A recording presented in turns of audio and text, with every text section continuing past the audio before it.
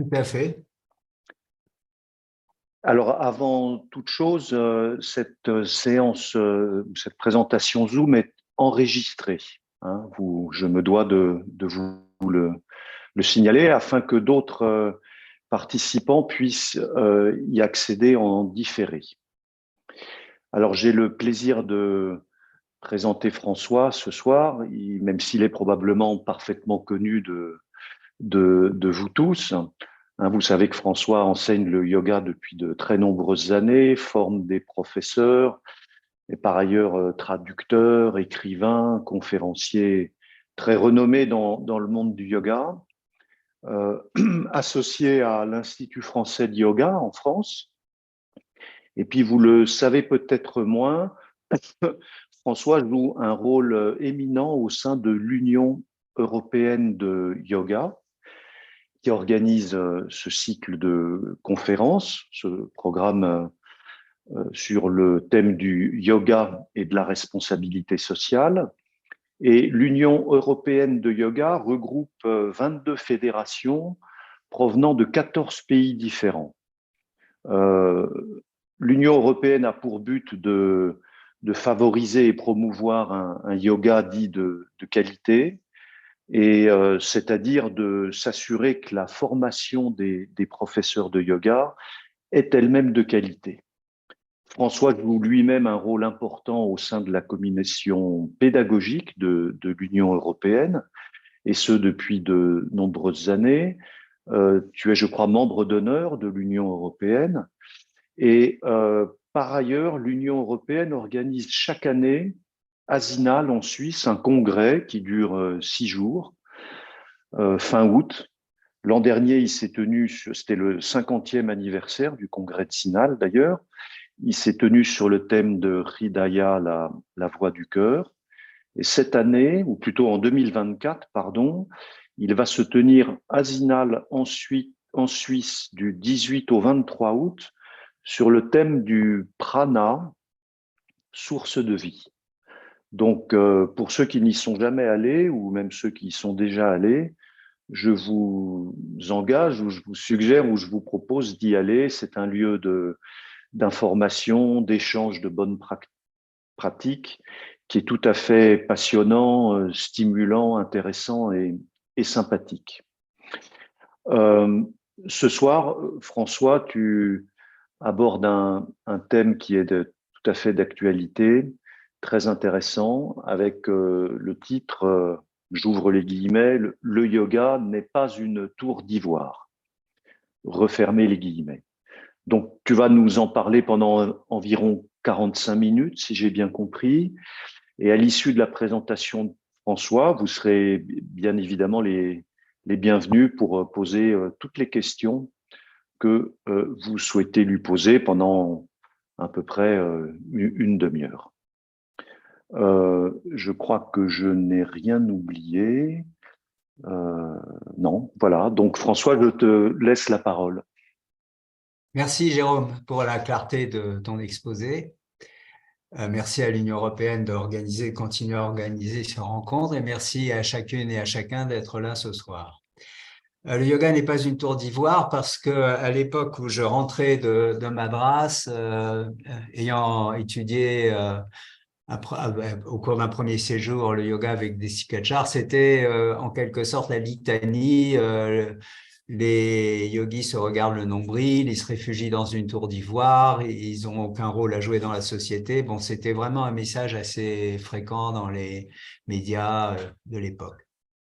Mais ce soir, j'ai envie de présenter le thème un peu autrement que ce que j'ai fait en anglais il y a quelques jours, la semaine dernière. Je voudrais d'abord me poser la question, c'est-à-dire je vous la pose en même temps, bien sûr.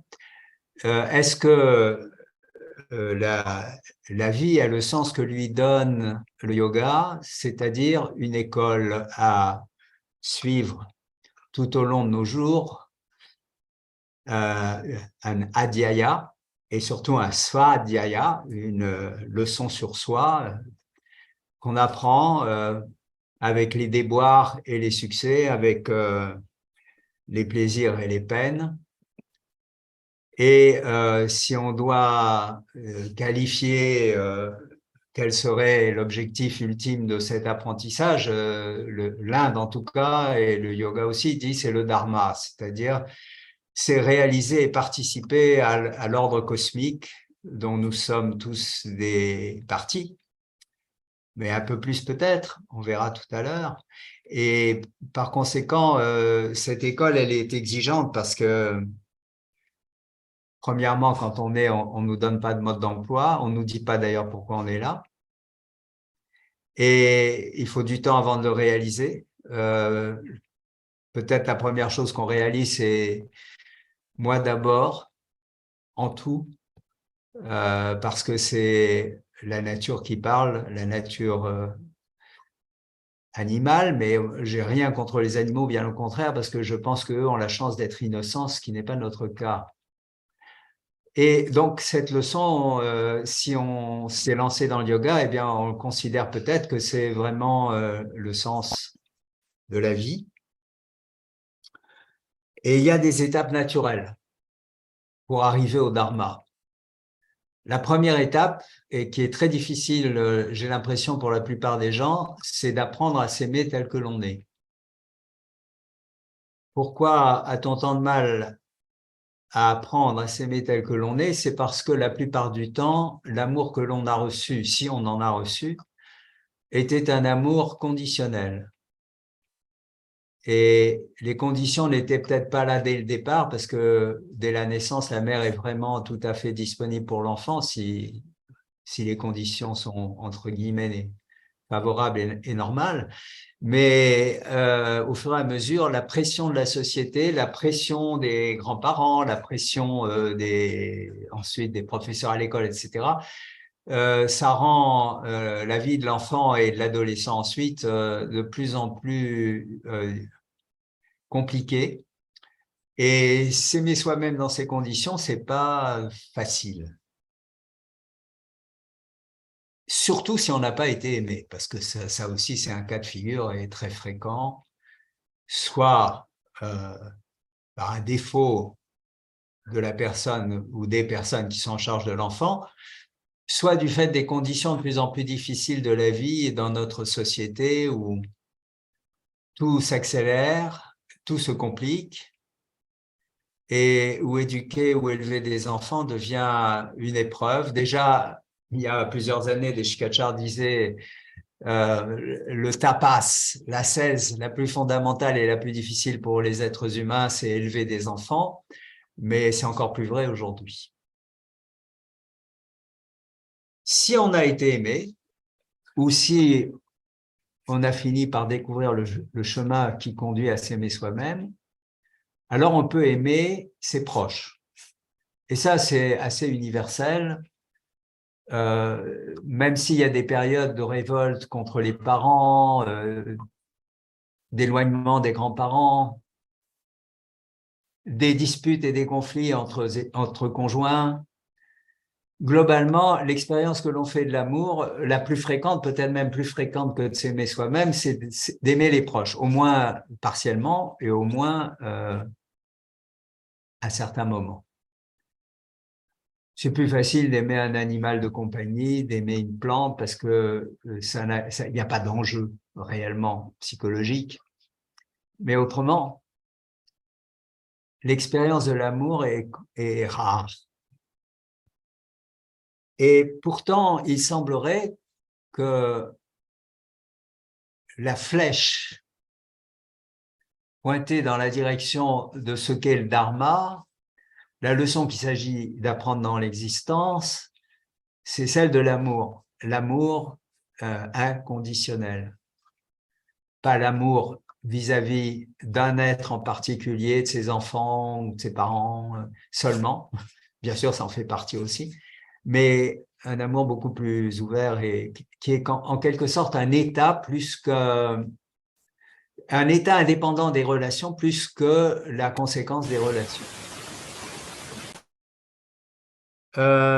Si c'est vraiment la responsabilité sociale majeure que d'aimer, on voit à quel point aujourd'hui l'humanité erre d'une façon dramatique à l'opposé de ce dharma. Aimer, ça ne veut pas dire ne pas châtier ou ne pas se battre ou ne pas combattre quand il y a adharma. Ça, c'est l'enseignement majeur de la Bhagavad Gita. La non-violence, ou du moins l'absence de désir de nuire, ahimsa, c'est un dharma fondamental, mais celui ou celle qui ne le respecte pas, celui-là, on doit s'en protéger, on doit en protéger les autres. Donc ça demande globalement du courage, parce que soit on est indifférent, soit on est lâche, et s'engager socialement, fondamentalement, c'est s'engager pour essayer de réduire les injustices, la pauvreté. S'il y a un scandale sur le plan de la vie matérielle ou de la vie incarnée, c'est que tout le monde n'est pas à manger et tout le monde n'est pas un toit ou des vêtements pour se protéger. Le reste est secondaire, mais le reste a pris tellement de place dans presque toutes les sociétés, même les sociétés traditionnelles qui vivaient avec plus de parcimonie que l'Occident. Tout le monde aujourd'hui veut plus. Alors, il y a certainement une valeur dans ce que le yoga propose en termes de non-possessivité, aparigraha, ne pas vouloir plus que ce que la vie nous donne, tel qu'elle nous le donne, dans les efforts que l'on fait pour, en s'aimant, se réaliser selon nos potentiels et nos capacités qui sont différentes les uns des autres. Nous ne sommes pas tous égaux. Je ne serai jamais Mozart ou Einstein. Je suis un être limité, et s'aimer, c'est connaître ses limites et les accepter. Mais à partir du moment où on se connaît et on connaît ses limites, alors avec ce que l'on est et ce que l'on a, on peut incarner quelque chose qui est de la nature du dharma. On peut participer au chant cosmique, chant C-H-A-N-T, à la cantillation de l'univers qui se déroule sous nos yeux, aussi bien dans nos vies quotidiennes que dans tout ce foisonnement d'énergie qui se déploie dans l'univers et dont on n'est que très partiellement conscient. Grandir en conscience, c'est sans doute le seul moyen pour les étapes que j'ai signifiées auparavant, c'est-à-dire s'aimer soi-même, aimer d'une manière limitée, parcellaire, ceux auxquels on s'est identifié, et puis ensuite aimer d'une manière beaucoup plus vaste et sans limite. Le seul chemin, c'est élargir sa conscience. Il y a un rapport, bien sûr, avec le tapis de yoga et la pratique du yoga, dans la mesure où plus on devient conscient de son propre organisme, pas le corps uniquement en tant qu'image ou en tant que sensation, mais l'organisme dans sa globalité, plus on en devient conscient, plus cette conscience s'ouvre aussi dans d'autres domaines. Donc, il y a un lien entre abhyasa, l'exercice, la pratique, et la leçon qu'il s'agit d'apprendre dans l'existence. Mais quel serait l'aboutissement de cet élargissement de la conscience? Alors, j'ai choisi de citer deux textes, un venant du yoga, très certainement, c'est dans la Bhagavad Gita, c'est le chapitre 6, c'est la strophe 29, qui parle de l'importance de Sama-darshana, d'une vision égale, impartiale sur tout ce qui est. La citation est la suivante: « Il se voit dans tous les êtres et il voit tous les êtres en lui, celui ou celle qui a réalisé sa vraie nature par le yoga et qui jette un regard impartial sur toute chose. » Se voir en tous les êtres et voir tous les êtres en soi, c'est justement la seule considération ou la seule plutôt condition pour que les rapports familiaux, conjugaux, citadins, nationaux et sociaux dans l'ensemble sur la planète Terre puissent se dérouler autrement que ces heurts continuels, ces guerres qui n'ont jamais cessé. Il n'y a pas eu une année depuis le début de l'histoire de l'humanité, en tout cas depuis le temps où la société s'est organisée en communauté, en collectivité et a cessé d'être nomade. Il n'y a pas eu une seule année sans qu'il y ait eu quelque part une guerre. Alors, au début, on en était moins informé sans doute parce que les moyens d'information étaient plus maigres. Mais aujourd'hui, et depuis que j'existe, c'est une évidence. Jamais il y a eu la paix sur la terre, quels qu'aient été les messages et les leçons données par tous ceux qui nous ont précédés. Je dis tous ceux qui nous ont précédés dans le yoga et dans les voies identiques ou semblables ou cherchant la même découverte du dharma que le yoga. La deuxième citation, ça vient d'une autre tradition, mais qui est aussi du yoga musulman, c'est le soufisme et Rumi. Bon, je pense que je n'ai pas besoin de le présenter. Né en 1207 et mort en 1275, mort à Konya, oh le joli chat, mort à Konya en Turquie. Il dit, tu n'es pas une goutte d'eau dans l'océan, tu es la totalité de l'océan dans une goutte d'eau. Chacun d'entre nous est porteur de la totalité de ce qui est. C'est aussi ce que disait autrement Krishnamurti quand il disait que chaque être humain est emporté par le fleuve immense de la psyché humaine qui porte les marques, les mémoires de toute l'humanité qui l'a précédé. Et c'est pour ça que nous savons, chaque fois que quelqu'un parle de ce qui lui arrive, de comment cette personne réagit aux événements, etc., nous savons de quoi elle parle parce que nous ne sommes pas différents. Fondamentalement, au niveau psychique, nous sommes tous marqués par le sceau des événements antérieurs. Bien sûr, c'est un enseignement qu'on trouve dans tous les textes de yoga, mais souvent on le réduit à une misérable petite histoire personnelle, mon histoire, mon passé, mes conditionnements, comme si ça existait indépendamment du reste de l'humanité. Comme si nous étions faits d'une pâte différente de toutes les autres, alors que c'est la même pâte qui se reproduit au fur et à mesure du temps, de génération en génération, mais avec des visages différents et évidemment des détails qui changent. Donc la nécessité de réaliser que nous sommes non seulement au niveau psychique, à l'image de tous les humains qui ont vécu sur cette planète, mais aussi que nous ne sommes pas une goutte d'eau dans l'océan, mais que nous sommes la totalité de l'océan dans une goutte d'eau, nous devons nous interroger qu'est-ce qui nous manque pour parvenir à cette réalisation. Et là, je m'inspire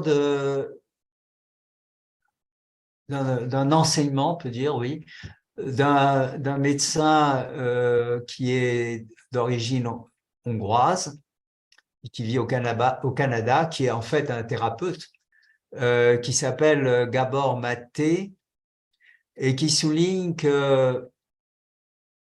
ne peut pas y avoir de guérison si l'être humain ne reconnaît pas sa vulnérabilité fondamentale. Être vulnérable, le mot latin veut dire être blessé, c'est c'est le sort de tous les êtres humains. Et il serait dommage et dommageable qu'on interprète le yoga comme une démarche qui nous rendrait invulnérables. Ça serait à l'opposé. L'invulnérabilité ne peut pas rimer avec l'amour. L'amour commence par l'amour de soi-même et l'amour de soi-même commence par la reconnaissance de notre vulnérabilité intrinsèque et fondamentale. Se soigner, se guérir par le yoga, ça n'est pas devenir invulnérable, ça n'est pas avoir des solutions aux différentes difficultés que l'on rencontre dans l'existence, ça n'est pas enseigner que le yoga rend invulnérable, ça n'est pas prétendre que le yoga donne des réponses à des problèmes, par exemple de santé, si il n'y a pas en même temps indiqué la direction fondamentale que nous sommes des êtres fragiles et que cette fragilité est notre force à une seule et unique condition, c'est que nous acceptions de le reconnaître, parce qu'à ce moment-là, nous devenons, comme tout être vivant, susceptibles de continuer à exister même dans les conditions les plus terribles. Je pense aux gens qui sont à Gaza, je pense aussi bien sûr aux gens qui ont été capturés ou torturés par les membres du Hamas. Mais il y a tellement d'autres endroits où les êtres humains souffrent. N'oublions pas les Ouïghours, les Rohingyas et tant d'autres qui souffrent de l'injustice, qui souffrent de la mainmise des puissants sur leur vie.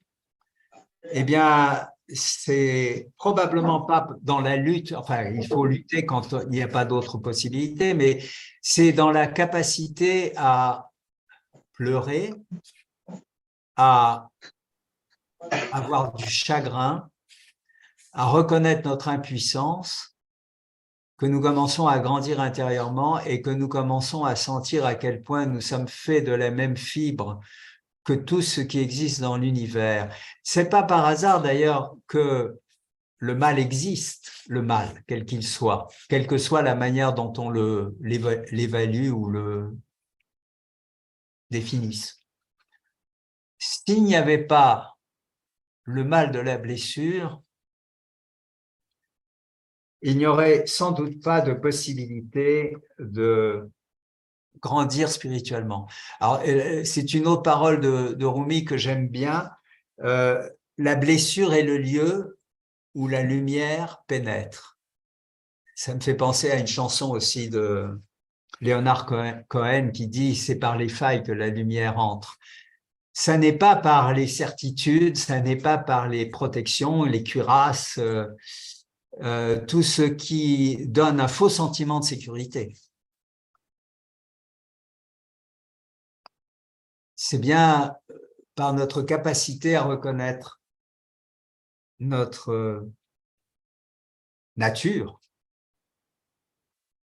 Et je rappelle que dans le Yoga Sutra, mais ça à la suite du Sankhya, Patanjali dit que la nature, la Prakriti, elle fait en sorte que nous traversions d'abord les expériences Bhoga, et ces expériences, elles vont de Paritapa, l'extrême brûlure, une brûlure insupportable, à Hlada, la joie horripilante dans le sens où tous les cheveux se dressent sur la tête de joie, que cet échantillon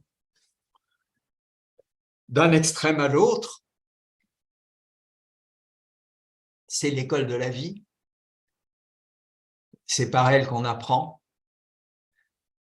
et que au fur et à mesure qu'on apprend, eh bien les conditions qui créent, qui sont celles que nous créons nous-mêmes, qui nous font subir l'extrême brûlure et tout ce qui s'en rapproche, l'enfer que nous créons nous-mêmes diminue et que ce qui est de la nature, non pas du paradis, parce que le paradis et l'extase sont des moments certes privilégiés, mais qui ne durent pas, mais cette évolution nous permet de découvrir au centre l'axe, le dharma, l'équilibre, la stabilité dont parle Patanjali dans le premier chapitre, la stabilité qui vient de Abhyasa, de l'exercice, à condition que, simultanément, il y ait Vairagya, l'absence de coloration, l'impartialité dont parle la Bhagavad Gita, le fait de porter un regard égal sur chaque être et sur chaque chose qui est bien loin de notre état naturel, puisque c'est ça que nous devons apprendre. Si nous naissions avec cette capacité, eh ben, il n'y aurait pas besoin d'aller à l'école. Si nous étions déjà des êtres éveillés spirituellement, nous n'aurions pas besoin de nous adresser au yoga pour essayer de comprendre la vie autrement, de réaliser que c'est tout un processus par lequel on doit passer. Certains le traversent comme l'éclair. À peine ont-ils mis un pied à l'école, ils en sortent déjà parce qu'ils ont tout vu et tout compris instantanément. Et d'autres, ça piétine. Les salles de classe sont pleines. Les professeurs sont débordés. Ça va de plus en plus dans cette direction. Rappelez-vous que même en Occident, pendant très longtemps, si éducation il y avait, c'était éducation d'un précepteur avec un élève. En Inde, ça a continué encore jusqu'à il y a quelques années. Deshikachar n'a jamais, de mon temps, donné un seul cours collectif de yoga, ni postural, ni sur le Yoga Sutra. C'est venu en cours de route, pour le Yoga Sutra d'abord. Bon, il a dû à certains moments répondre à la demande de ses élèves occidentaux de donner des cours collectifs en stage invités en France, mais alors il rechignait, ça lui déplaisait souverainement parce que c'était à l'opposé de le dicton fondamental que donnent les brahmanes, ekas tapas, dvir adhyaya, un seul pour l'ascèse, c'est-à-dire quand on a appris, la pratique se fait seule, deux pour l'étude, que ce soit l'étude des textes ou l'étude des éléments fondamentaux de la pratique, un professeur, un élève, pas un professeur et 100 élèves, ou 10 élèves, ou 2 élèves. Donc, il y a un glissement, et un glissement qui se comprend, étant donné que les fondamentaux de l'éducation aujourd'hui ne sont pas de créer des êtres humains se rapprochant du dharma, mais des boulons pour la machine de la société collective, laquelle est fondée, quels que soient les slogans, sur l'injustice. Les slogans, ce qui est écrit sur le fronton des mairies, liberté, égalité, fraternité, c'est devenu purement fictif. Ça ne correspond plus du tout à la réalité des choses. Il y a des gens qui luttent pour que cela continue à être une réalité, mais ça se perd de plus en plus. Alors la question que l'on peut se poser quand on enseigne le yoga, je l'ai dit en anglais, mais je vais le redire ici, dans les textes qui correspondent au code d'éthique de l'Union européenne, en France pour l'Institut français de yoga et je suppose pour d'autres fédérations.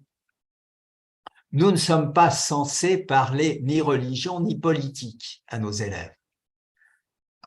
Comment enseigner le yoga sans parler religion ou en tout cas esprit religieux, puisque le yoga est une voie qui cherche à libérer l'être humain de ses entraves, donc c'est une voie spirituelle, je dirais même mystique fondamentalement, Et donc, parler du yoga simplement, inspire, lever les bras, expire, baisser la tête, c'est insuffisant, pour dire le moins. Et puis, on n'est pas censé parler politique. Mais la politique, c'est la vie de la cité. Et les textes de yoga commencent par de la politique. Dans la Bhagavad Gita, c'est l'annonce d'un conflit entre ceux qui ne suivent pas le Dharma et ceux qui suivent le Dharma. Et ceux qui suivent le Dharma, Arjuna donc, baissent les bras devant l'étendue du désastre. Il va falloir lutter et tuer des êtres qui sont proches, qui sont des amis, qui sont des guides pas spirituels, des guides militaires. Et si on regarde un texte comme la Hatha Yoga Pradipika, il est dit que pour pratiquer le yoga, il faut chercher un royaume où il est facile de vivre de la mendicité, c'est-à-dire conditions politiques, comme il y avait dans l'Inde ancienne, où une démarche comme le yoga était soutenue soit par des mécènes, comme les Maharajas, les rois, etc., qui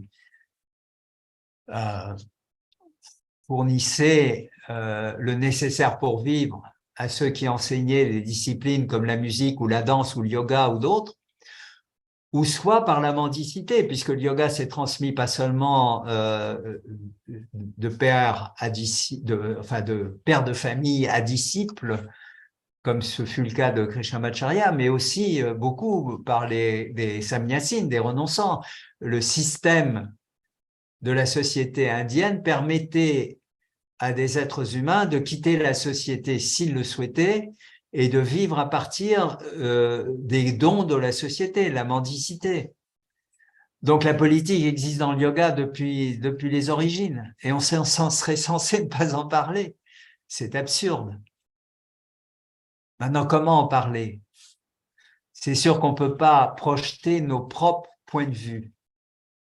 Ça serait dommageable pour soi-même et pour les autres.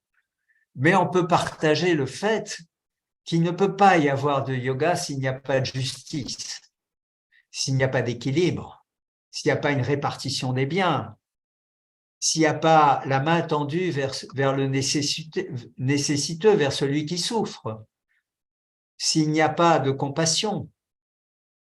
Maitri, Karuna, Mudita, Upeksha, les 4 attitudes fondamentales à avoir vis-à-vis des autres êtres.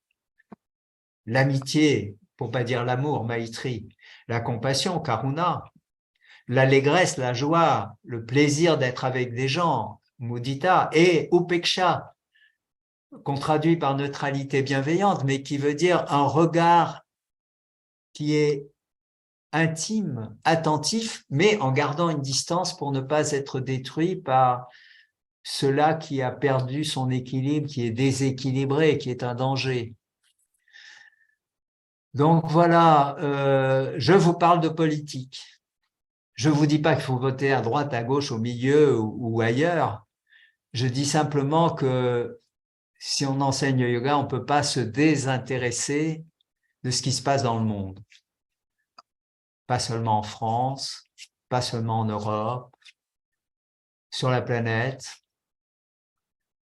Moi, je verrais bien que les milliardaires qui sont en train de se préparer à partir sur d'autres planètes, paraît-il, fassent de plus grandes fusées et emportent tous les gens qui sont malheureusement pour eux dans le adharma, qui n'ont pas su se guérir eux-mêmes parce qu'ils ont été traumatisés et mutilés intérieurement, qu'ils les emportent avec eux et qu'ils nous laissent la planète Terre parce que c'est une planète tellement extraordinaire. Comment pourrait-on s'en passer?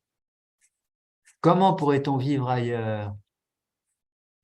Que ne ferions-nous pas pour la conserver? Tout ça, c'est de la politique. Bon, je crois que j'ai dit 45 minutes, j'étais un peu ambitieux parce que globalement, si j'ai encore quelque chose à dire,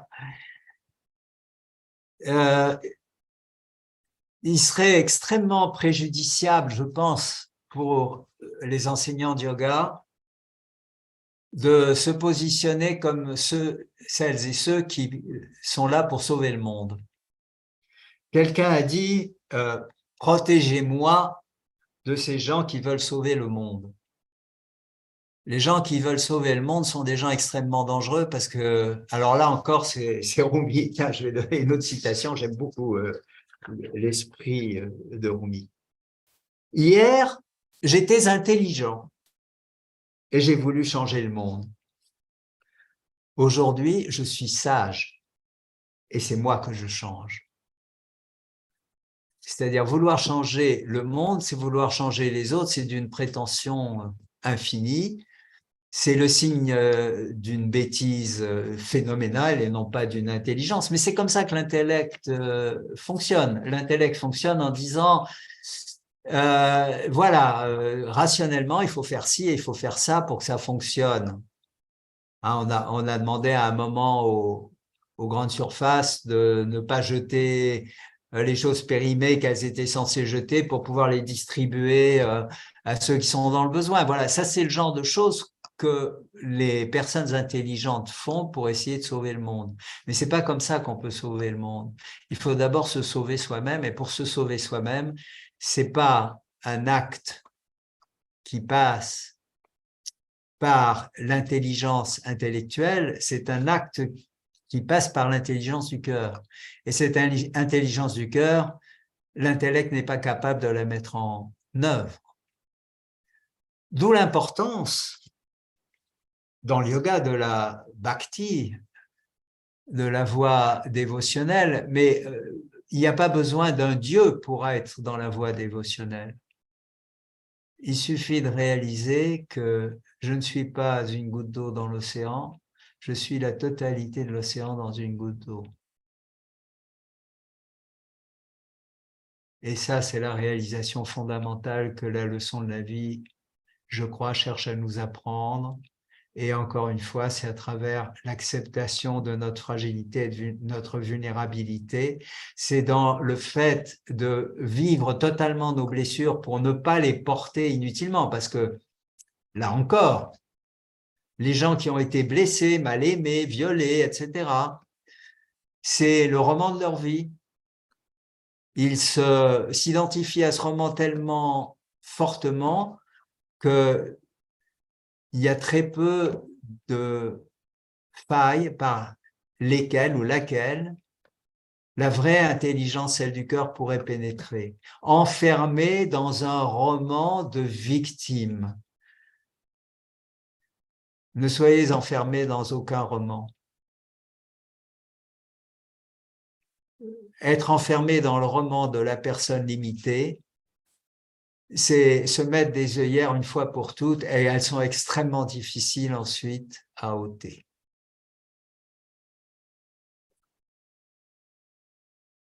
Alors, je sais que c'est difficile souvent d'oser poser des questions, mais j'apprécierais vraiment que vous en ayez, que vous en posiez, que vous ne soyez pas d'accord avec moi et qu'on puisse en parler.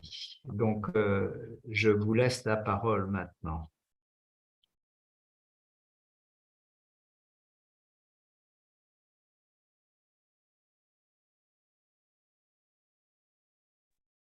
François, tu pourrais repréciser cette pensée, enfin, peut-être ce fait que l'intelligence du cœur n'a rien à voir avec l'intelligence de l'intellect, et peut-être que j'ai cru comprendre dans ce que tu disais que cette intelligence du cœur ne pouvait pas se transformer par un acte fait avec l'intellect. Et des fois, ça m'a un peu inquiétée, parce que je me suis dit, si on a quelque chose qui vient du cœur, pour en prendre conscience, est-ce que ça passe pas automatiquement par l'intellect? Et si cette chose qui est venue du cœur, on veut la mettre au service d'autres, est-ce qu'elle n'est pas censée passer par l'intellect? Bonsoir Martine. Bonsoir. Merci pour ta question. Bon, tu sais que dans le Yoga Sutra, dans le 3e chapitre, Patanjali dit que c'est dans le cœur que la connaissance complète des fonctionnements du corps-esprit, c'est-à-dire de notre structure limitée, est possible. Ce que j'interprète, hein, c'est une interprétation, comme toujours dans le Yoga Sutra, ça n'est qu'en s'aimant qu'on peut se connaître et se comprendre. L'intelligence du cœur, c'est quand tu vois un mendiant dans la rue, tu te dis pas « Ah, je vais lui donner parce qu'il a un chien et ce chien a l'air malheureux » ou c'est je vais pas lui donner parce que sans doute il va aller boire une bouteille dès que j'aurai le dos tourné ». C'est laisser son cœur parler, il est silencieux ou il est touché et tu peux ensuite peut-être te dire, tiens, je me suis fait avoir, j'ai été touché par ce type-là, mais finalement, ça doit être un ivrogne, etc. Ça, la tête, elle peut toujours délirer ensuite, mais elle ne va pas être le moteur de l'action. Donc, oui, le moteur de l'action se situe pas dans l'intelligence intellectuelle, rationnelle. L'intelligence intellectuelle et rationnelle permet de mettre en œuvre des choses. Hein, par exemple, apprendre à conduire un véhicule, conduire le véhicule, le conduire de mieux en mieux, puis de moins en moins bien parce que on prend des automatismes regrettables, etc. Mais c'est le corps aussi qui est en jeu. On ne peut pas séparer l'intellect du corps et le corps de l'intellect. C'est un tout. Est-ce qu'on peut séparer le cœur du corps? Pas le cœur pompe cardiaque, mais l'amour ne vient pas de la structure. L'amour n'est ni dans le cerveau ni dans le cœur physique. L'amour, c'est la totalité de l'océan dans une goutte d'eau. Donc, entendre celui ou celle qui veut bien entendre que l'intelligence est source de malice. L'arbre interdit au paradis, c'était l'arbre de la connaissance du bien et du mal. Connaître le bien et le mal, c'est un acte de discrimination intellectuelle. L'amour aime le bien, mais aime aussi le mal de la même façon, parce que l'amour voit pourquoi le mal est là. Le mal est là pour nous apprendre à sortir de nos limites égocentrées et de faire l'expérience de la totalité de l'océan dans la goutte d'eau que je suis, que vous êtes. Mais j'aimerais comprendre mieux ta question par rapport au fait en quoi l'intelligence intellectuelle va permettre de manifester l'intelligence du cœur.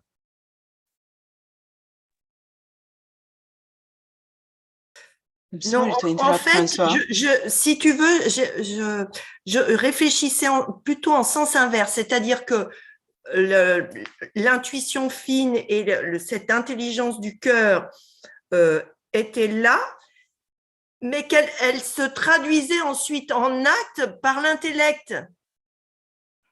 Il me semble que ça marche comme ça, non? Traduire, c'est trahir. Étymologiquement.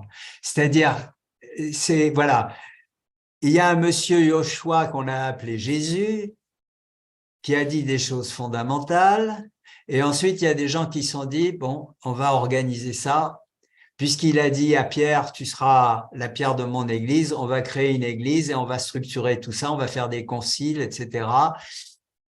Et on a vu ce que ça a donné. La même chose dans le bouddhisme, la même chose dans toutes les religions. L'intellect est là pour organiser, mais dès qu'on organise les fédérations de yoga, l'Union européenne de yoga, on croit aller dans la bonne direction. En termes d'organisation, oui, mais en termes de porter le message essentiel, non. Le message essentiel est perdu dans les détails. Le diable a toujours raison dans les détails. Ça me fait penser, j'ai déjà raconté cette histoire, je vais la raconter maintenant. Donc voilà, croire que le monde sera sauvé par l'intelligence intellectuelle, c'est continuer exactement dans la même direction, c'est-à-dire développer le progrès technologique. Mais le progrès technologique issu de gens sans cœur ne peut être qu'une source de destruction et d'inégalité dans la société humaine. Mais moi, je te parle de progrès issu du cœur. Le progrès issu Alors, du c'est cœur pas n'a pas possible. besoin d'intellect pour se manifester. Embrasser, il n'y a pas besoin d'intelligence intellectuelle. Embrasser la vie, embrasser les autres, s'embrasser soi-même, on a juste besoin d'un cœur et des bras. Enfin, c'est une image. Oui, mais si on met… Enfin, aïe, aïe, aïe. Je sais que tu vas m'attendre au tournant. Si on ne met pas en acte l'intelligence du cœur. Mettre en acte, il n'y a pas besoin d'intelligence intellectuelle, ça vient tout seul. Quand je vois une plante qui a soif, je n'ai pas besoin de réfléchir. Je vais chercher mon Tu vois arrosoir ça et comme j'arrose ça, la toi, plante. d'accord. Mais c'est un exemple. Si tu veux. Là, alors, justement, c'est ce que nous apprend aussi le yoga fondamentalement. Penser, c'est avoir mal aux yeux, disait le poète Pessoa. Voir, c'est autre chose. Voir, c'est instantané. Le cœur voit. La pensée pense. Elle fait référence au passé, à la mémoire. Elle essaye de structurer les choses à partir de quelque chose qui s'est accumulé depuis des générations.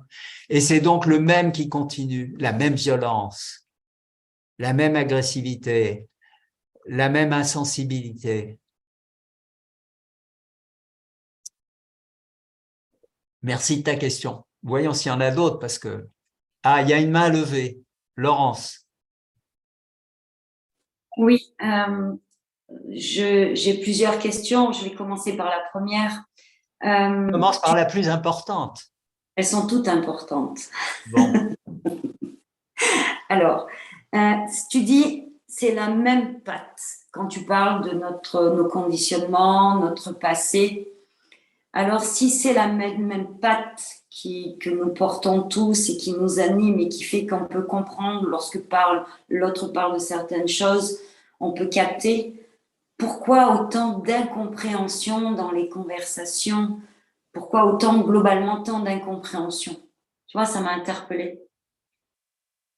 Pardon. Parce que dans ce courant psychique depuis les origines, pour la survie, l'être humain a essayé de prendre le pouvoir sur la nature, le pouvoir sur les animaux, mais aussi le pouvoir d'être humain à être humain. C'est pour ça qu'il y a eu des chefs très tôt. On ne sait pas exactement, à part la force physique, mais peut-être aussi par la malice, par l'intelligence qui permet de contourner la force physique. Et puis les chefs sont devenus des rois, les rois sont devenus des empereurs, les empereurs sont devenus des présidents de la République, guerre de différence, même si soi-disant ils sont élus démocratiquement, mais ils sont élus à la majorité, et la majorité n'est pas nécessairement celle qui porte l'intelligence du cœur, loin de là. Alors il y a plein de mains qui se lèvent. Donc, de ce fait, l'interaction entre les êtres humains est fondée, consciemment ou inconsciemment, sur l'intention de ne pas être dominé par l'autre, ça c'est les plus bénins, et l'intention de dominer les autres, ça c'est les moins bénins. Mais c'est ce qui se passe, les parents les adultes vis-à-vis des enfants, des hommes vis-à-vis des femmes entre elles, mais aussi vis-à-vis des hommes maintenant, et ainsi de suite, et des gouvernements les uns vis-à-vis des autres. C'est le même cheminement dans la relation que partout ailleurs dans le monde. C'est la guerre. Alors, tu gardes tes autres questions pour tout à l'heure, oui. Parce qu'il y a d'autres mains levées. Alors, je ne sais pas qui est la deux. Sylvie. Bonsoir, Sylvie. Ah, on ne t'entend pas, il n'y a pas le micro. Bonsoir François, bonsoir à tous. J'ai ressenti que nous avions perdu et que ça continue de se perdre parce que le système éducatif est fait de telle sorte que c'est une chose qu'on oublie complètement, c'est cette notion d'intuition. Et une intuition qui ne serait pas du tout intellectuelle, mais qui serait de l'ordre du ressenti qui passe par le cœur. Et ça vient, me semble-t-il, résonner avec ce que tu disais, avec la question précédente, de savoir si le yoga ne nous permet pas justement, d'abord par la pratique physique, donc la connaissance de soi, peut-être avec le développement de l'amour de soi, de développer cette capacité à être perceptif à la fois physiquement, mais par l'espace du cœur. Je ne sais pas. Je pense que la sensibilité propre à certains individus est présente à la naissance quasiment. Et que peut-être il y a un développement possible par le biais de la pratique du yoga, mais il me semble que j'ai rencontré beaucoup de gens aussi insensibles que des bûchers, comme dit Rimbaud, qui pratiquent du yoga depuis des années. Ça les a pas modifiés en termes de sensibilité. Ils écrasent les fleurs quand ils marchent. Ils voient pas la beauté d'un nuage. Ils écoutent jamais de la musique. Ils pensent. Alors oui, l'intuition, moi j'aime pas ce mot, hein, parce que l'intuition, souvent tu dis, ah j'ai une intuition, en fait tu te gourres complètement. Je préfère le terme anglais insight, une vision intérieure fulgurante, où il n'y a pas de place au doute. Le Eureka mais voilà, le Eureka d'Archimède, il est précédé par tout un travail qui fait que quand Eureka arrive, il y a déjà toutes les preuves à l'intérieur pour savoir oui, c'est ça. Donc, je ne sais pas. L'intuition, c'est pas un mot qui me plaît beaucoup. Mais la perceptivité, oui. Mais est-ce que tu dois t'interroger, enfin, moi, je m'interroge sur le fait que est-ce que cette sensibilité était déjà là avant ou pas? Avant le yoga ou pas? Il me semble que la plupart des gens, la sensibilité est là. Quelquefois, ça les amène au yoga.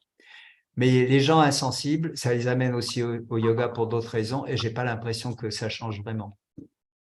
C'est peut-être aussi parce qu'aujourd'hui, l'enseignement du yoga, c'est asana et pas autre chose. Non, autre chose, ça serait quoi autre chose? C'est-à-dire que moi, je vois autour de moi des professeurs qui sont formés Oui, non, en ça j'ai compris, mais qu'est-ce que tu proposerais comme autre chose? Eh ben, ce que tu expliquais, c'est-à-dire que c'est pas uniquement le passage par le corps, mais c'est aussi par les Yoga Sutras, par un… Non, le Yoga Sutra, ça t'enferme complètement. Non, les textes, c'est le contraire. Ah non, les textes n'ont jamais rendu sensible qui que ce soit. Non. Il y a quand même une voie je sais pas, d'ouverture. La poésie, la musique, l'art, oui. Mais les gens qui sont sensibles à ça le sont, il me semble, par nature. Je fais référence aussi à ce que dit la Bhagavad Gita et le Sankhya et Patanjali en termes de différence de structure, suivant le guna prédominant. C'est plutôt tamas, c'est plutôt rajas, c'est plutôt sattva. La sensibilité, c'est pas une propriété humaine universelle, ou en tout cas, si elle l'était, je ne sais pas parce que j'ai pas de moyen de le savoir à la naissance, ça a été abîmé dramatiquement pour beaucoup d'êtres humains et je ne sais pas si c'est réparable ensuite. Ce qui me frappe par exemple, c'est le nombre d'enseignants de yoga, de pratiquants de yoga qui n'ont toujours pas fait le pas d'être végétariens. Et ça, je ne comprends pas. S'il y a de la sensibilité vis-à-vis de la vie, cette vie, elle n'est pas seulement en nous. Bien sûr, les végétaux aussi sont vivants. Bien sûr, ils ont une sensibilité, mais il y a un degré de sensibilité différente. Voilà, moi j'ai un jour aidé un fermier à tuer un cochon. Un jour, j'ai tiré sur un pigeon et je l'ai tué. Un jour, j'ai fait des expériences avec des souris blanches et elles en sont mortes. Mais tout ça, à la fois, ça me fascinait et ça me faisait mal. Donc, il y avait quand même une part de sensibilité. Et le jour où je l'ai réalisé, ben, ça a été fini. Fini, mais fini pour à jamais. Un jour, Deshikachar m'a dit « Ah, ben nous, Brahman, on est végétarien, mais si les circonstances l'exigent pour survivre, eh bien, c'est toléré de manger de la viande. » Ça m'a beaucoup surpris. Mais lui était très surpris que je sois végétarien d'ailleurs. Mais enfin, ça, c'était une surprise en miroir. Merci en tout cas pour ta question. Je vais passer à Déborah qui a levé la main aussi. Oui, en fait, ce qui a été dit, ça me fait beaucoup réfléchir, mais bon, je vais quand même poser ma question. À un moment donné, tu as dit que l'homme, au tout début de ton truc, était un animal, mais sans l'innocence. Et sans innocence. Enfin, que les animaux étaient innocents, mais pas l'homme. Et un peu plus loin, tu as dit que à partir du moment où la société est devenue, on va dire, agricole, hein, enfin, avant c'était nomade, j'ai eu l'impression que tu disais que c'était à partir de ce moment-là qu'il y avait eu la cessation de la paix, enfin qu'il n'y avait plus de paix. Oui, la guerre. Oui, oui. La guerre. Et je voulais que tu expliques ces deux points, c'est-à-dire entre la différence homme-animal et ce côté nomade et agricole. Voilà, c'est très pointu. Voilà. Apparemment, moi je ne suis pas historien ou spécialiste, mais il semblerait qu'à l'époque du nomadisme, c'est-à-dire chasseur-cueilleur, avant l'apparition de l'agriculture au Moyen-Orient, si c'est bien au Moyen-Orient que ça a eu lieu, quand il y avait des groupes d'êtres humains qui arrivaient sur le même territoire, ils faisaient tout un charivari pour effrayer les autres, et il y avait un des deux groupes qui s'en allait, mais ils ne se battaient pas. Parce qu'il y avait suffisamment de territoire et pas assez d'êtres humains pour que ça vaille la peine de s'entretuer. À partir du moment où on possède quelque chose, une terre, où on travaille sur cette terre, donc on passe du temps et on se casse le dos, eh bien évidemment, s'il y a d'autres qui viennent pour prendre des récoltes, on n'est pas content. Donc c'est le premier mobile de guerre, bien avant la religion, c'est quand même une question de survie. Mais après, ça a continué avec d'autres motifs. Moi, je crois en Pharaon, au dieu Ra ou je ne sais quoi. Toi, tu crois en Jéhovah, etc. Et on se tape sur la gueule et ça continue aujourd'hui. Donc, il y a toutes sortes de motivations, mais c'est le développement de l'espèce humaine qui a conduit à la prédominance du conflit sur cette planète. La première chose que j'ai dite, je ne me souviens plus exactement, mais ce que je voulais dire, c'est que l'animal est innocent dans le sens qu'il n'a pas une capacité autoréflexive qui lui permet non seulement d'être conscient, car l'animal est conscient, mais d'être conscient d'être conscient. Et nous, humains, nous sommes conscients d'être conscients. Et à partir du moment où nous sommes conscients d'être conscients, nous sommes responsables de la manière dont nous nous comportons parce que nous échappons à la mécanique des instincts qui font que les animaux ont très peu de possibilités d'en sortir. Je ferai remarquer quand même que l'animal a des facultés d'adaptation extraordinaires et il y a des exemples qui montrent que certains animaux échappent aux mécanismes dans lesquels ils sont soi-disant enfermés. Alors, je ne sais pas, je ne pourrais pas être absolument certain de ce que je dis, mais je donne un exemple. Au moment du tsunami, alors je ne sais plus quelle année c'était, qui a dévasté l'Indonésie, les côtes de l'Inde, la vague est venue jusqu'en Afrique de l'Est. Et il y a un ranger, un garde, je ne sais pas comment on les appelle en français, garde champêtre, je ne sais pas, enfin un responsable d'un parc naturel dans un de ces pays de l'Est de l'Afrique, qui témoigne d'une chose extraordinaire, c'est que la vague est remontée le long d'un estuaire et est arrivée jusqu'à un groupe d'hippopotames. Et là, la vague était tellement forte que dans son reflux, elle a emporté un jeune hippopotame et l'a ramené dans la mer. Un hippopotame dans l'eau salée, ça ne survit pas. Donc, l'hippopotame, à moitié agonisant, s'est retrouvé sur la rive. Et là, une tortue mâle est venue à son secours. Et on voit la photo que le mâle sort, enfin, on voit pas la sortie par le mâle de l'hippopotame, mais on voit l'hippopotame allongé avec sa tête sur la carapace de la tortue. Et le ranger dit, j'ai jamais vu ça, qu'un reptile, et en plus un reptile du sexe opposé, prenne en charge un mammifère pour le sauver et pas le soigner, mais l'aider.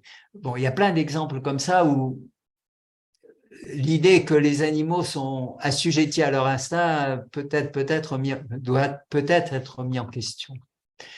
Mais l'animal, globalement, est innocent, alors que l'être humain, lui, il a un sens, enfin, comme la justice le dit, hein, on est responsable que quand on est conscient de ses actes. Et plus on est conscient, plus on est responsable de l'état du monde.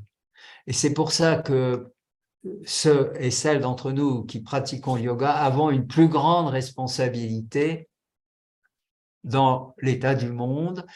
Et il me semble que notre action sociale fondamentale, c'est celle qui a lieu maintenant, c'est-à-dire de partager sur le sens de la vie, l'importance de s'aimer et à partir de là de pouvoir faire l'expérience d'un amour inconditionnel et non pas un amour seulement avec ce à quoi on est identifié, celles et les choses auxquelles on est identifié, et que c'est probablement l'action la plus juste, mais en même temps très limitée, parce que la taille de l'humanité et le nombre de personnes qui peuvent témoigner d'autre chose que simplement la lutte pour la vie, la survie, eh bien, l'équilibre est difficile. Et on a vu dans l'histoire que tous les messagers qui ont dit l'essentiel n'ont pas conduit à la transformation de la globalité de l'humanité. C'est pour ça que, quant à moi, je suis assez pessimiste, mais ça n'a pas d'importance, vraiment.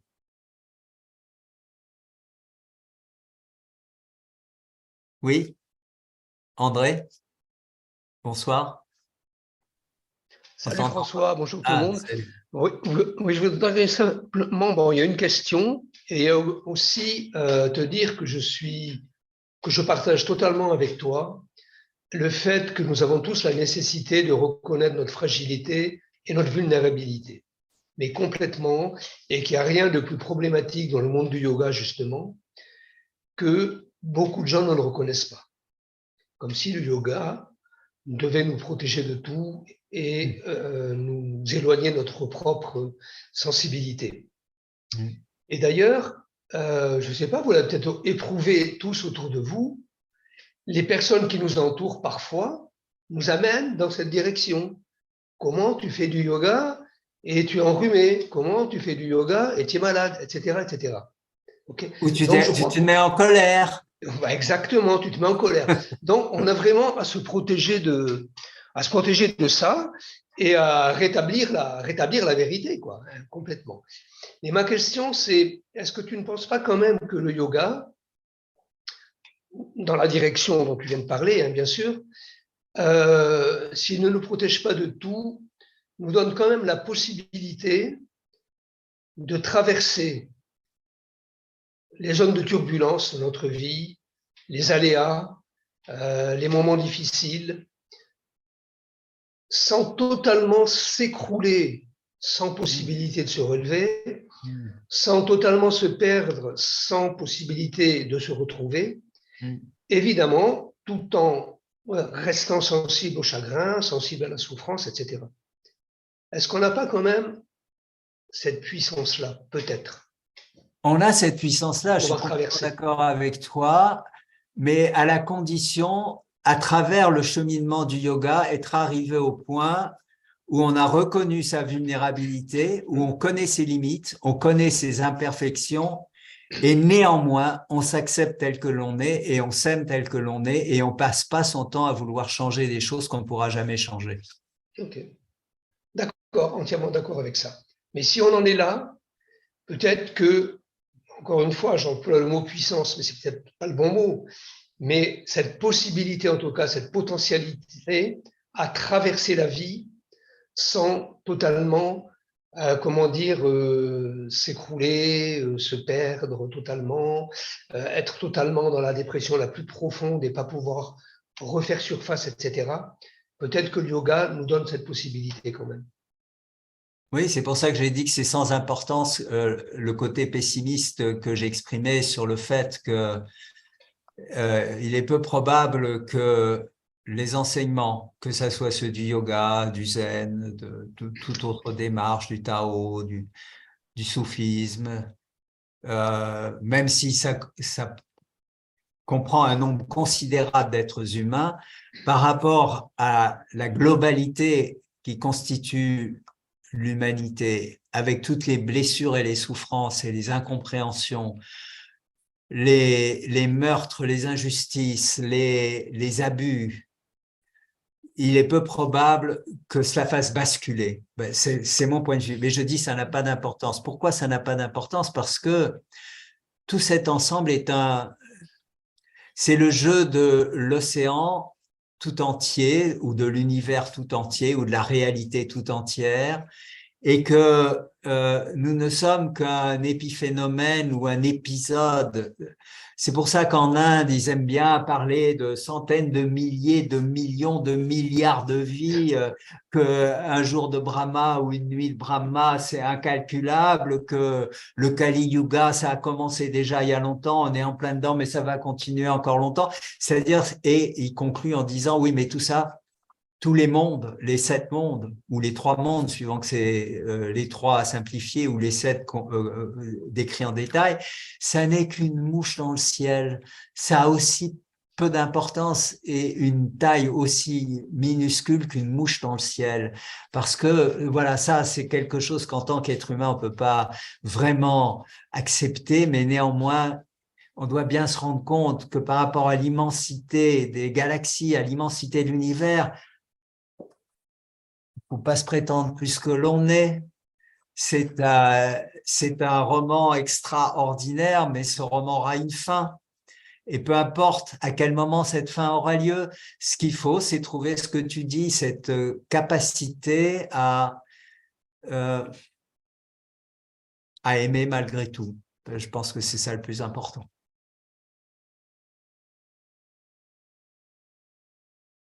Est-ce qu'il y a d'autres questions?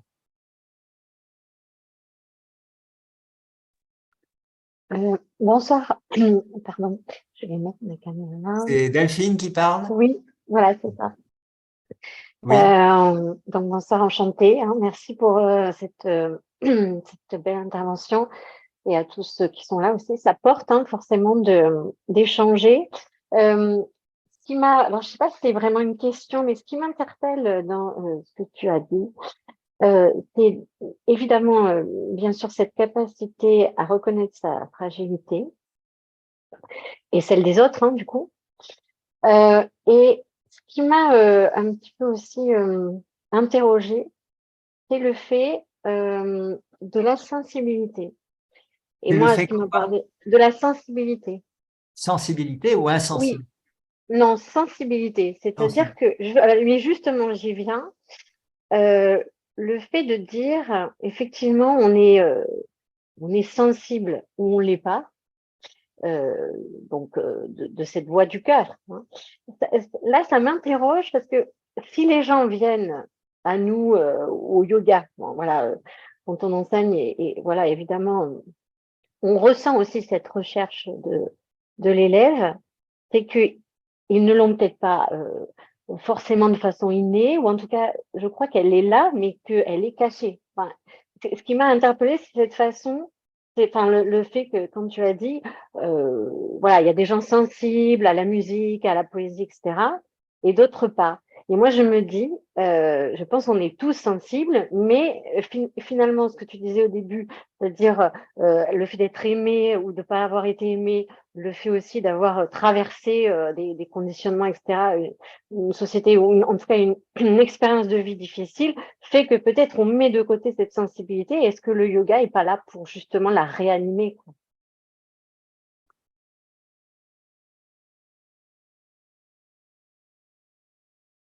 Mais c'est pas facile. Enfin, voilà, Non, c'est là toute la question, quoi. encore une fois, c'est la même question que Sylvie avec l'intuition et la sensibilité. Comment, en tant qu'enseignant de yoga, peut-on… Alors, oui, il y a la possibilité, si on a l'intuition, j'aime pas ce mot, si on a soi-même la sensibilité de percevoir la blessure de l'autre, ce qui l'a rendu insensible, parce que il y a deux formes d'insensibilité. Il y a une insensibilité de naissance, je dirais, apparemment, et puis il y a l'insensibilité qui vient qu'on se protège de la blessure qui est insupportable et qu'on refoule.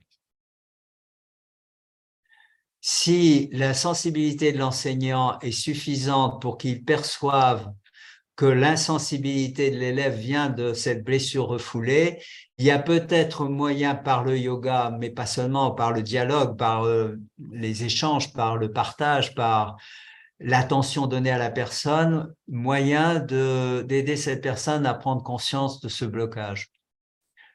Ou, si on n'en est pas capable, d'adresser cette personne à un ou une thérapeute qui a les outils pour l'aider à sortir de ce blocage.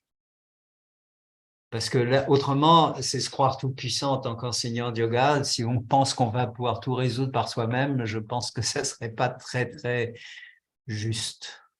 Oui, et ça rejoint ce que tu disais tout à l'heure. On ne peut pas changer le monde, on peut juste changer soi-même et voilà, et voir, enfin voilà, et laisser faire, quoi. En tout cas, essayer. Et c'est vrai Oui, mais que si les gens on n'a viennent pas vers toujours toi, les clés, quoi.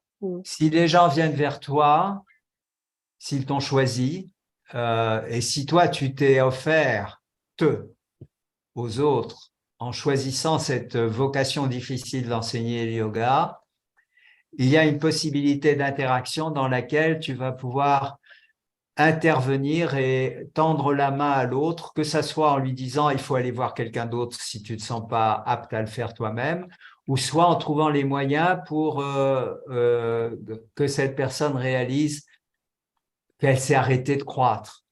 Parce que dès que on refoule ses blessures et on refuse de se mettre à leur écoute et de laisser cette vulnérabilité et cette fragilité s'exprimer, on cesse de croître, on cesse de grandir, on cesse de pouvoir aller vers la réalisation que le yoga suggère. Merci pour ta question. Je vois que Déborah veut renouveler, veut à nouveau poser une question. Oui, en fait, ça rejoint, je rebondis en fait sur ce que tu viens de dire. Moi, j'ai toujours pensé, en fait, que tous les êtres vivants naissant sur cette planète naissaient sensibles et que justement, c'était les événements de la vie, le contexte, qui, du coup, avidya aussi, hein, voilà, le voile à consommer qui nous insensibilise. Et là, tu viens de dire qu'il pouvait exister une insensibilité de naissance. Et alors, j'avais jamais envisagé cette possibilité-là. Et je voulais savoir qu'est-ce qui te permettait de le dire, en fait. J'ai dit je pensais, mais je n'en suis pas sûr. Oui, alors qu'est-ce qu'elle fait pour aller vers… Alors, il y a deux explications possibles. L'explication occidentale, la génétique, la généalogie, la succession de parents qui portaient des gènes d'insensibilité, manque de, comment on appelle ça, des neurones miroirs, la manière de s'alimenter de toutes des générations les unes après les autres. Enfin, peut avoir plein de facteurs qui l'expliquent. Ou, et ça c'est l'explication de l'Orient tout entier, une histoire de plusieurs naissances, pas une seule, de transmigration, et par lesquelles des énergies psychiques continuent à exister et vont s'exprimer dans un être qui naît et qui est comment dire, influencé par ces énergies psychiques irrésolues, non résolues, mais ça revient peut-être au même, hein, ça revient peut-être au fait que ces énergies psychiques non résolues sont celles de gens qui n'ont pas su résoudre les conséquences des blessures qu'ils ont subies dans la vie antérieure. Je ne sais pas. Franchement, je pense que personne ne peut le dire. Ça reste du domaine de l'hypothèse. Donc, c'est secondaire à mon avis. Est-ce qu'il y a d'autres questions? Parce que je vois que le temps passe, peut-être qu'il va falloir s'arrêter. Je ne sais pas jusqu'à quelle heure c'est possible de continuer, mais allez-y si vous en avez ou des remarques. Remarques ou questions, j'en sais rien. Laurence. Ah. Hein? Pardon? Qui parle? André. Oui, André, vas-y. Oui, pardon. Oui, tout à l'heure, tu as dit, tu as valorisé la sensibilité artistique, c'est-à-dire le fait de s'intéresser à des formes d'art, que ce soit la poésie, la musique ou d'autres. Okay. Et est-ce que tu penses que le simple fait d'être sensible à différentes formes d'art est le signe que quelque chose nous parle de la sensibilité du cœur? Parce que pendant la guerre, les nazis, certains d'entre eux en tout cas, étaient des grands mélomanes. Oui. Okay, et je ne pense pas qu'au niveau de la sensibilité du cœur, c'était réellement ouvert. Donc je me pose la question, est-ce que cette sensibilité artistique peut avoir une résonance de façon inévitable avec cette ouverture du cœur dont on parle dans le yoga? Hitler aimait beaucoup sa chienne berger allemand. Berger allemand, ça lui semblait dans le droit fil de l'arianisme, alors que les juifs, c'était des animaux dégoûtants. Oui. Oui. Alors, la sensibilité artistique culturelle,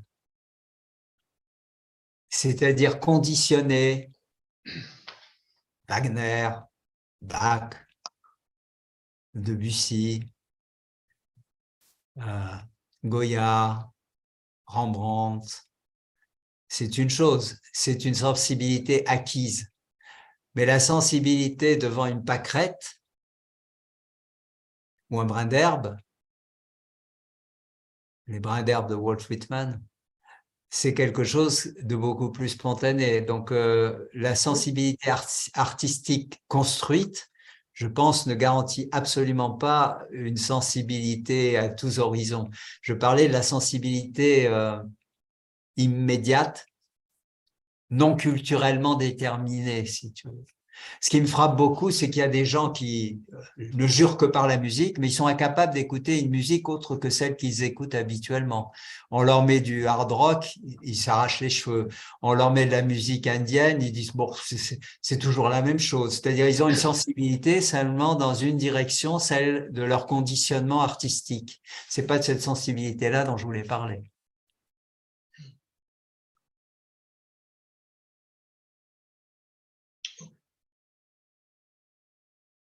Tu voulais redire autre chose?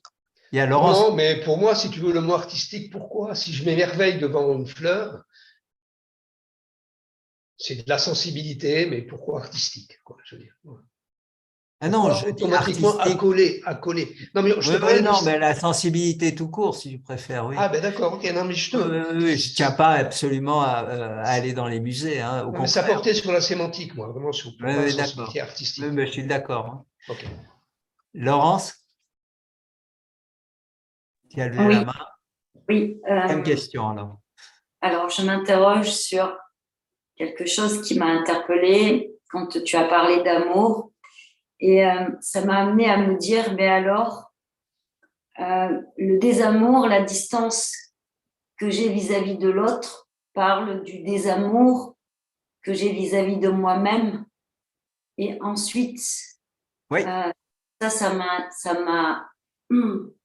fait faire un petit mouvement de recul. Et du coup, la pratique dans sa globalité va peut-être m'amener à aller vers plus d'amour pour moi-même. Et du coup, à partir de ce moment-là, est-ce que chacun cheminant dans ce sens-là, est-ce que du coup, la planète, quand on parle de l'état de la planète, ben, l'état de la planète traduit peut-être justement ce point que nous n'avons pas atteint. J'espère que je suis claire. Dans ma tête, c'est clair, mais je ne sais pas si je suis claire. Écoute, que tu sois réconcilié avec toi-même et l'humanité soit réconciliée avec elle-même, ça n'empêchera pas un volcan d'envoyer de la lave à certains moments, un tsunami de noyer des régions entières, etc. La nature, elle a son propre dynamisme. Mais ce que tu dis est utopique dans le sens que j'espère pour toi que tu vas complètement te réconcilier avec toi-même, que chacun d'entre nous va chacun se réconcilier complètement avec lui-même, mais que tous les êtres humains suivent le même chemin. C'est là où, quant à moi, je doute beaucoup. Je pense que c'est utopique. Et je pense aussi que l'école de la vie réclame des contrastes. C'est-à-dire l'idée qu'un jour tout puisse être réconcilié, que tout puisse être équilibré, qu'il n'y ait plus d'injustice et une vue de l'esprit qui ne correspond pas à la réalité, parce qu'autrement, il n'y a plus de possibilité d'apprendre l'essentiel. Il faut du mal pour qu'il y ait de la lumière. Il faut autant qu'il y ait du mal qu'il y ait du bien pour qu'il y ait de la lumière. Les deux sont nécessaires. La conscience se développe à travers les contrastes. Donc, c'est pas possible que nous soyons tous humains, des êtres réalisés. Ça s'est jamais vu, ça se verra, je pense, jamais. C'est une question sur la balance de qu'est-ce qui pèse le plus lourd. Mais même si un jour le dharma prévalait, c'est-à-dire ce pourquoi Arjuna doit se battre dans la Bhagavad Gita, ça ne pourrait pas durer. Rien ne dure. Souvenez-vous, le parinama, le changement est universel dans le monde de la manifestation. Donc, ça, c'est encore aussi une sorte de fantasme. Ok, très bien, je te remercie.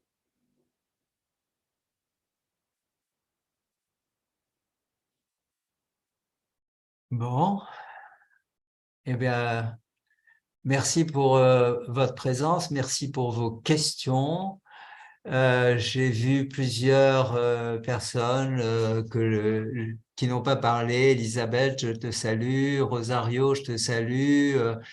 Je ne sais pas qui d'autre que je connais. Peut-être que j'en connais plus, mais bon, voilà. Je peux pas faire le tour de tout le monde. Alors, Anne, je t'écoute demain sur le Tummo. Ça m'intéresse. Toujours dans le programme de l'Union européenne. Donc, si vous n'êtes pas inscrit, vous avez encore le temps de vous inscrire. Voilà, et ben bonne soirée à toutes et à tous. Ah ben j'ai pas vu, tiens, il y a aussi Béatrice. Et à la prochaine, s'il y a une prochaine fois. Bonne soirée. Au revoir, merci, bonne soirée. Salut François, bye bye. Bye. Salut.